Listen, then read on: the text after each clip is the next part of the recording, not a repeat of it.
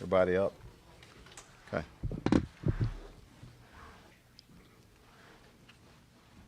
Good. All right. Good afternoon, everyone. We're here to discuss the missing person investigation of Rudy Farias. But before I do that, I want to address our dash cam news that's been in the news starting 2 weeks ago. And I'm going to do that really, really quickly, and then I'm going to bring up Lieutenant Zamora from the Missing Persons Unit. He'll provide some detail on the investigation, and also Commander Garcia will come in and translate for us. So a few weeks ago, there were a report that we only had only 15% of our vehicles were equipped with body-worn cameras, with dash cams, I meant to say.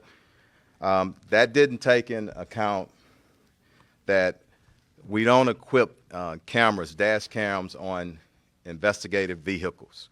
So let me give you just a quick breakdown on the actual numbers. We have about 3,200 vehicles on our fleet used for various duties. 1,400 of those vehicles are equipped with lights and sirens, our traditional patrol cars. 1,800 of those are investigative vehicles and undercover vehicles. Of that number, of the 1,400, not every marked vehicle is used to conduct traffic stops, investigations, calls for service. Examples: if you have a vehicle that's assigned to public affairs, community affairs, it's a show vehicle. I'm not putting a dash cam on it. If we have vehicles assigned to our training division and we're just training officers how to drive, I'm not putting dash cams on that. So the actual numbers, we have 579 vehicles out of the 1,400 vehicles are equipped with dash cams. The mayor has agreed to devote additional $2 million, and that will outfit an additional 143 vehicles. So we're not at 100%, like I said when I did that interview, but we're definitely moving in that right direction. So I want to thank the mayor again for stepping in with that funding. Last thing I want to say about that, and we'll bring up the lieutenant. During my administration, which has been a little bit over 2 years, we've equipped 355 vehicles. That's probably 60% or so of our fleet right now. So we do believe in transparency, and definitely as the chief of police, I believe in transparency. So anything that we can do to move that in that direction. But I'm going to bring the investigator up, and we'll hold up, Mario. I'm going to bring the investigator up, and we're going to entertain all questions at the end about the dash cams and also this investigation. So we'll entertain everything at the end. Come on.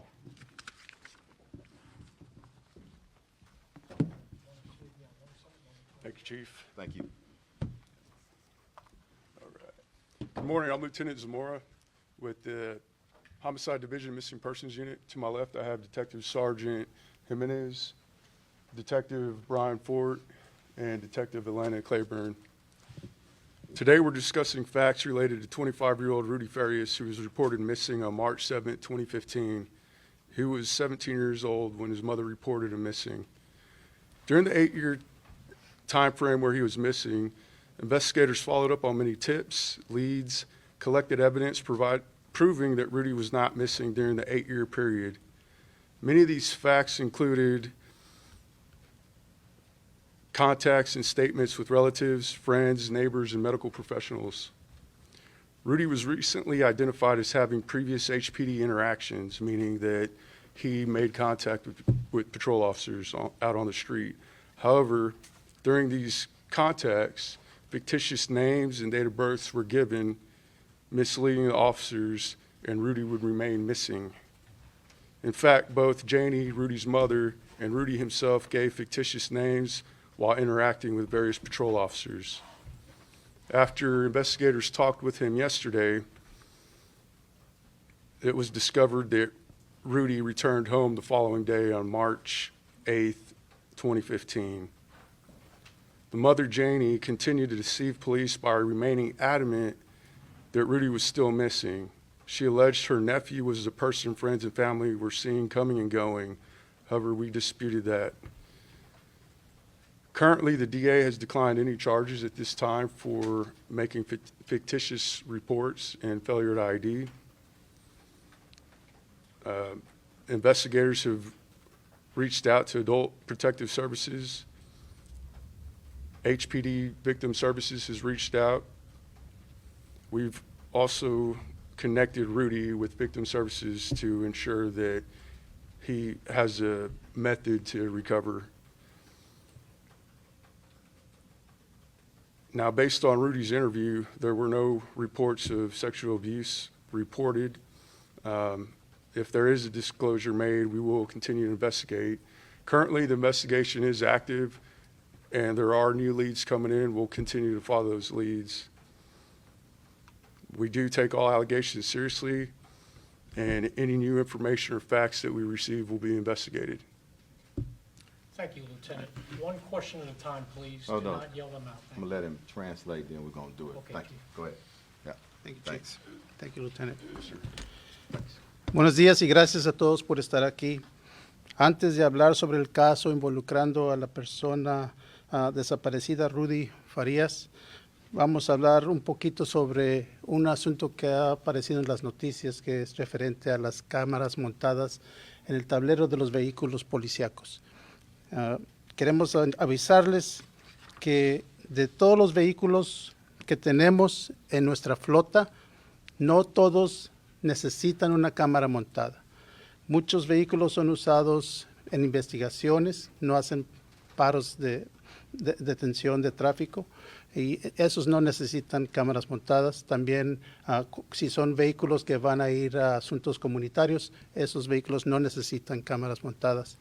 Lo que sí podemos decirles es que de los que sí necesitan cámaras montadas, el 50% de nuestros vehículos tienen esas cámaras y estamos trabajando con el alcalde que nos ha dado $2 millones para ponerle las cámaras al resto de nuestros vehículos. Aproximadamente 143 vehículos van a ser, se les va a agregar esa cámara montada y esperamos acabar con el resto de la flota cuando haya fondos necesarios. Ahora, referente al caso de Rudy Farias, voy a hablar un poco sobre lo que dijo el teniente de esta investigación. En el 2015 se reportó a este individuo como una persona desaparecida. En ese momento tenía 17 años de edad. La investigación que han conducido los detectives nos indica de que esta persona en realidad no estaba desaparecida, que hubo contactos con la policía durante estos 8 años. Desafortunadamente, cuando hubo contacto con la policía, este individuo dio otro nombre, un nombre ficticio, y por eso nunca se pudo indicar en nuestros récords, en nuestros archivos, de que esta persona que había sido reportada desaparecida había tenido contacto con la policía. Entonces, van a contestar sus preguntas.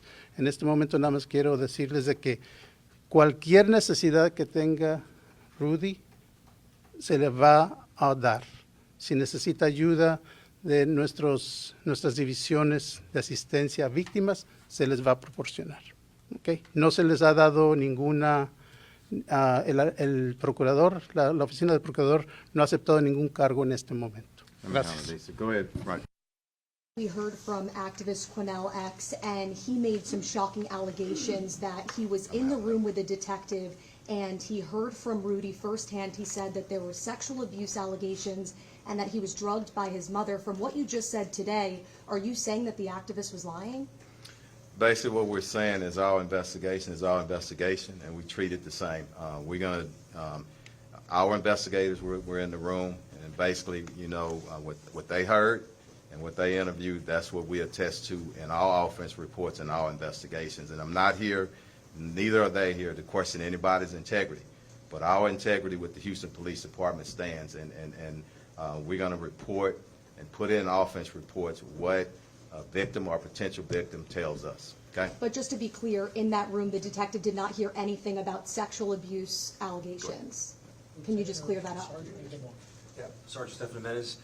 Yes, I interviewed him, and no, there was no, I'm trained to listen for probable cause. I'm trained to listen for statements that can help me get charges or move forward with a case. And no, there was no statements made during this investigation so far, no. Thank you. Next question. Go ahead, Mario.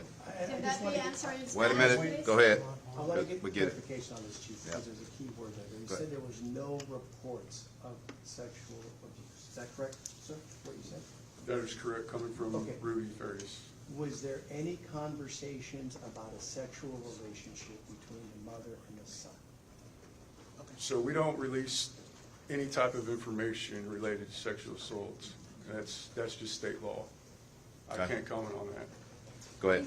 Is Rudy a victim then in all of this, or did he and his mother work together? And I mean, he wasn't missing now. The investigation is still going on, Courtney, and I'm not going to say that he's a victim or not. I'm thinking, and saying we're going to treat this just as we do with any potential victim or victim, and we're going to give respect to everybody that's involved. We're going to conduct our investigation, and we're kind of right at the beginning of it.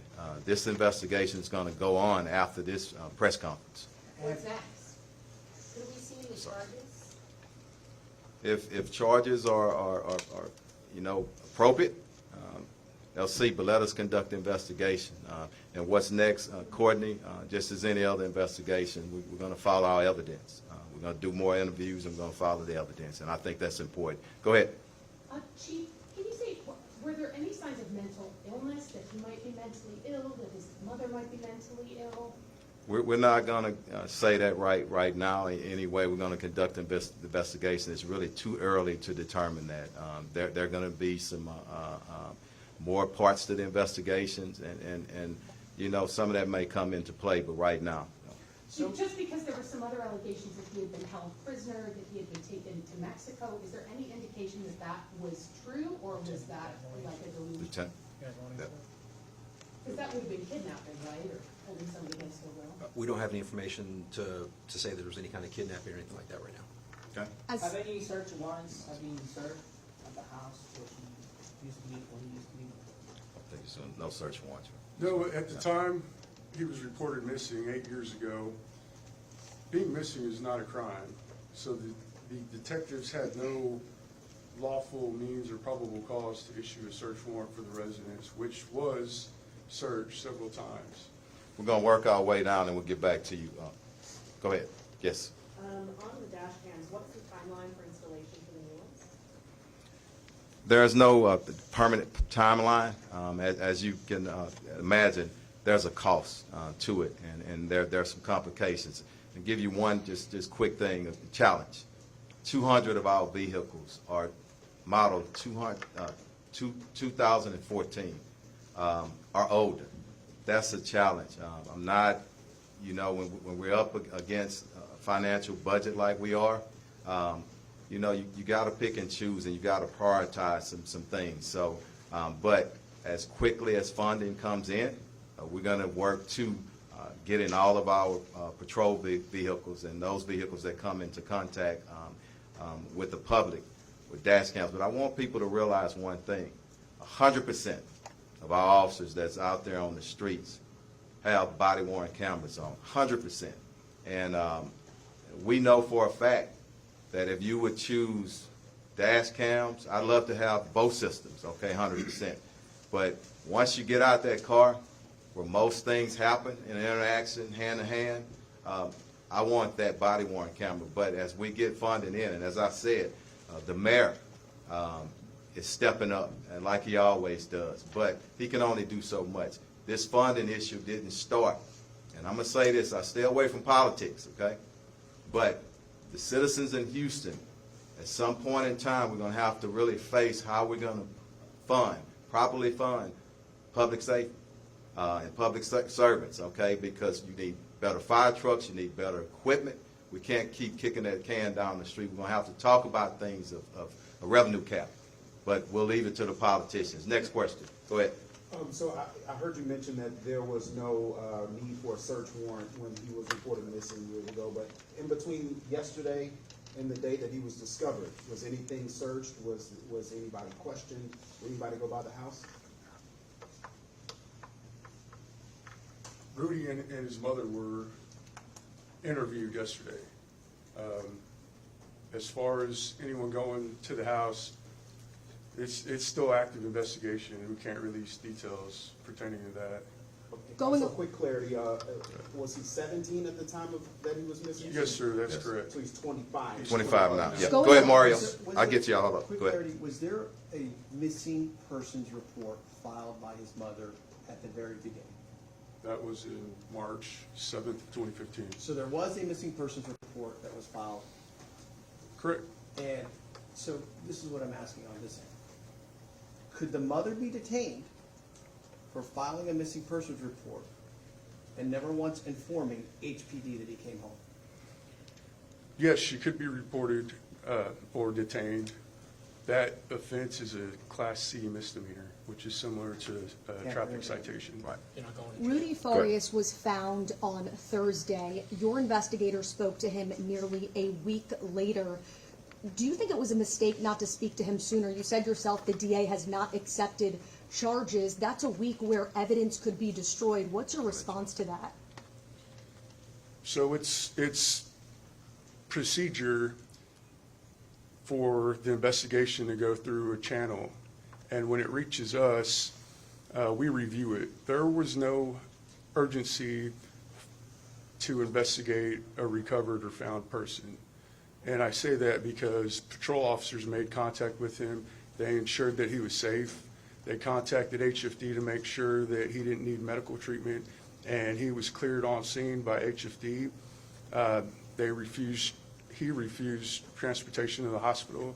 His mother took him to the hospital later on that evening. What the lieutenant said, I think, is important. You can't force a potential victim of a missing person, okay, with nothing else, to come in and give a statement. So it takes time to try to work with people to get that statement. And Chief, Okay. I know you believe in transparency, and I just, for the public, we're going to put this on the news, and it's going to cause more questions, because yesterday we hear from the activist who makes these shocking allegations, and as a reporter who was there, I did see him myself go in and out of the room, so it was clear that he had some sort of communication. What can you say Transparency about doesn't this? come in front and maintaining the integrity of the investigation, and that's where my transparency stops. But, and this is the last question I'm going to ask about the activists or anybody else. You know, we're going to follow our investigation, and we treat it the same. Everybody has a role in society, and we respect everybody, including our activists. But the integrity of the investigation is number one, and we're going to maintain that. Him okay? going inside that room, did that jeopardize the investigation by allowing him I don't inside think that so. room? Go ahead. Do we Anybody? know where's Rudy at this moment and his mom? Yes, we do. Rudy's safe. He is with his mother by choice. and he's an adult. Yeah. He's a You're right. 25-year-old man. All right. Hey, we're going to get a few more. Mario right here, and then we're going to work our way down. Probably four more. We're going to wrap. You used the word a minute ago in describing Rudy as a victim. We know that I said potential victim, and I want to be respectful on that. Yeah. he disappeared when he was a young man, a teenager, okay? 17. 17 years old. There's been cases in the past where people have been brainwashed, where people have been told you cannot, and they're being held against their will. For everyone that's going to be watching this worldwide, because this is a worldwide story, how do you not separate him until you guys are able to get everything together, considering that he disappeared as a child? Mario, you've been in the business for a long time. I have. And I'm gonna let you answer that, okay? We've explained everything, some of the challenges and whatnot. Here's a fact. He's a grown man. But he 20, disappeared listen as to a what I'm child. saying. You want me to answer? He was an No, adult, no, he was an 17. adult, 17. Hold up, okay? Not confrontational. I respect what everybody does, okay? But 17 years old, that's an adult in the state of Texas, okay? A lot of things that we shared up here. So we're going to work our way through it. It takes a little while. there's a lot of development still, even last night, okay? We know that. Everything's coming up. We're gonna investigate it. The integrity is gonna stay in place. We're gonna treat him the same as any other person that comes through that we're conducting investigation on. I'm done with that part. You Go said ahead, Courtney. officers. Detective, this might be a better question for the Go ahead. detective, I don't know. Okay. Everybody. What's the reason then, what can you tell us about why Rudy and his mother then allegedly lied for 8 years and said he was missing when he clearly wasn't? I can answer that though. I mean, Yeah, protect. what's the We reason? can't predict motivation or whatnot. No, We can just because try, anything yeah, offered during right. their interview Yeah. that they said, why go on living this life? But you know, during the interview and the particulars of it, it's active investigation. Right, We but you respect can't that. give us Okay, anything. yeah. Next question. Yeah, I mean, an 8-year investigation like that, how many resources does it take out? We wasn't just doing 8 years total investigation, okay? So it went dormant for a little bit, but the case was still open, okay? And I want to say this, until we find people, until we clear it, that's when it should be cleared. But if your question is, we expended some resources, absolutely, yes. You said that with the dashboard cameras, the age of some of the vehicles presents a challenge to installation. Is that what you meant? I'm trying to clarify. No, you're prioritizing, okay? We're in a budget, that there are challenges, okay? And what I've presented, and we'll side note this, okay, because it takes a little while to explain it.